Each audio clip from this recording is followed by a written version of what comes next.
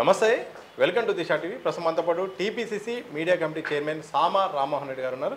BRS పార్టీలో అంతర్గత అంశాలను ఒక్కొక్కటిగా ఆయన బయటపెడుతున్నారు. దాంతోపాటు ఇక ఎమ్మెల్సీ కవిత ఏదైతే కేసీఆర్ పక్కన దయ్యాలున్నారు, అలాగే కోవట్లున్నారు అన్న చేసిన వ్యాఖ్యలు కూడా పెద్ద ఎత్తున చర్చ జరుగుతుంది. ఈ నేపథ్యంలో ఆయనతోనే మాట్లాడే ప్రయత్నం చేద్దాం. ముందుగా కేసీఆర్ పక్కనే దయ్యాలున్నారు, కోవట్లున్నారు, అలాగే అంతర్గతంగా నేను ఇచ్చిన లేఖ ఎవరు ఎలా బయట పెడతారో అసలు అని కూడా ఆమె చాలా ఒక ఫుల్ స్టాప్ పెట్టాల్సింది పోయి ఇంకా దాన్ని కొనసాగింపుగా కొన్ని వ్యాఖ్యలు చేశారు.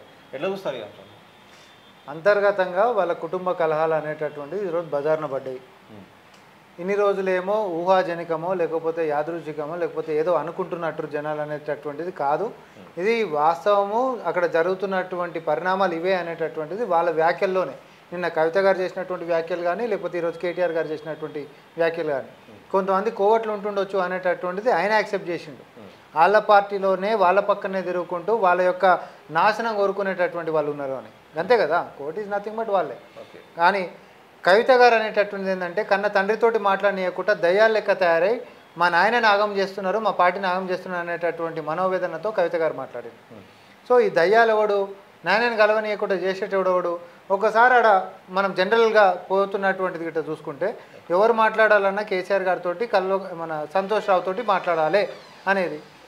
సంతోష్ రావు అనేటటువంటి వ్యక్తే దేవుడి పక్కన ఉండేటటువంటి పెద్ద దయ్యం కదా, అంతకుమించి వేరే ఎవరు?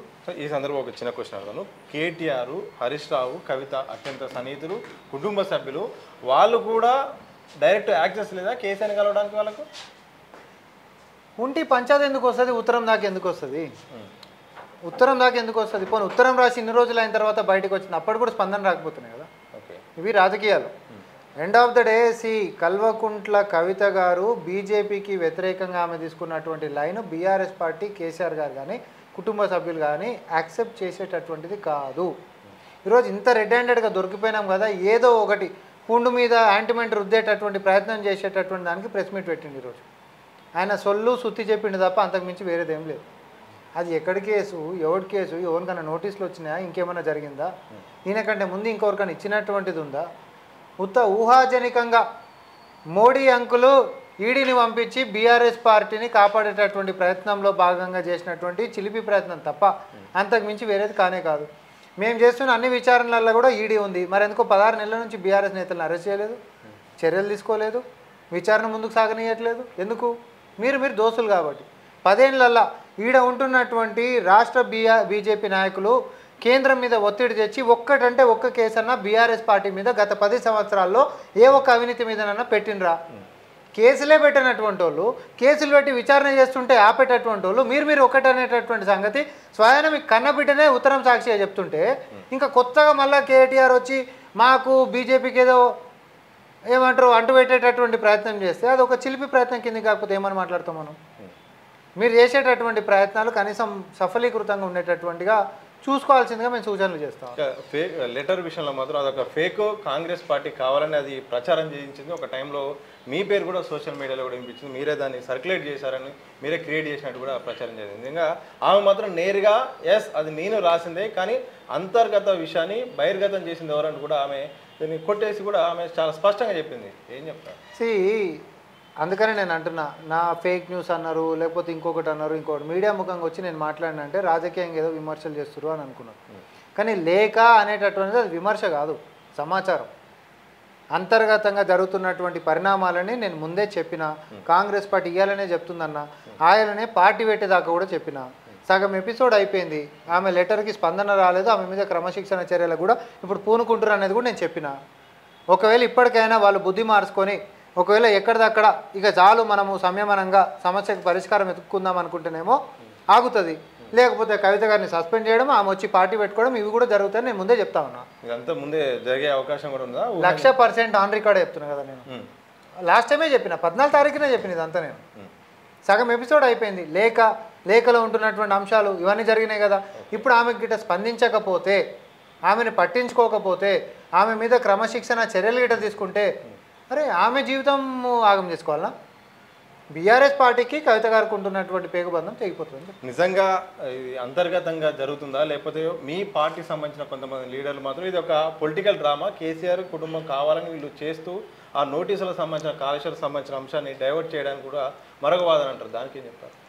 ఇప్పుడు మేము గిట్ట అంతర్గతంగా ఉత్తనే ఆరోపణలు చేసి ఉంటే నిన్న కవిత గారు ఎవడో లెటర్ క్రియేట్ చేసిండని చెప్పాలి. నేను రాసిన లెటర్ ఎట్లా వస్తుంది బయటికి అని అనంత. ఇక అది అంతర్గతం ఎట్లయితుంది? బహిర్గతమైంది. అంతర్గతం కాదు. ఈరోజు అలా పంచాయతీ కుటుంబ కలహాలు అనేటటువంటిది బహిర్గతమైంది. ఇక మళ్ళీ మనం కొత్త ఏదైనా మేమేదో ఆరోపిస్తున్నటువంటి అంశమే లేదు. ఇక్కడ జరుగుతున్నటువంటి అంశాలని మేము ముందు పెడతా ఉన్నాం అంతే. ఎందుకంటే మమ్మల్ని విమర్శించేటటువంటి నైతిక హక్కు కానీ స్థాయి కానీ లేకపోతే అంత శక్తి కానీ మీకు లేదనేటటువంటిది మేము ఇస్తున్నటువంటి సందేశం ఈ సమాజానికి. సంతోష్ రావు పేరు మీరు పదే పదే తీసుకొస్తున్నారు. ఆయన మాత్రం ఎక్కడా కూడా యాక్టివ్గా కనిపించట్లేదు. కేసీఆర్ పక్కకు ఉన్నట్టు తెలుస్తుంది.